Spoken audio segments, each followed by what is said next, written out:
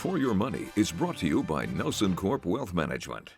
It's now time for Your Money. We're joined by David Nelson, CEO of Nelson Corp Wealth Management. Welcome back, David. Thank you very much.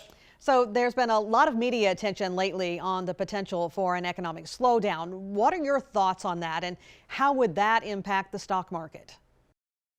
Well, you're right. The drumbeat has been growing. The headlines have been that earnings are starting to trickle out a little bit lower as far as than what they have as far as in the past.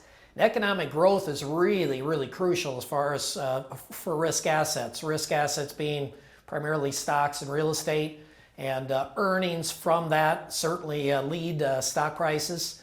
So I brought along a chart. I think that will give people a little bit of a feel for this. The top part is fairly simple and straightforward. That's the S&P 500 over a number of years. And then the bottom part is what I want people to focus on, and that red line on the far right is really key to this. Essentially what it's showing is that stock momentum, as far as the earnings have been concerned, has been growing at a really nice clip.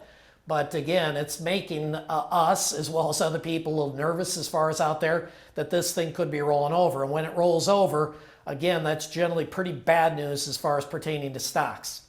So how much of the recent stock market weakness is due to this dynamic versus some of the other risk out there, like inflation and rising interest rates? Well, I think clearly inflation has been the driver so far. If this trend continues, we'll be okay. The concern is that if earnings start to, again, tailing off a little bit here, that this could lead to another substantial decline as far as going forward. That's not our base case right now as far as our belief.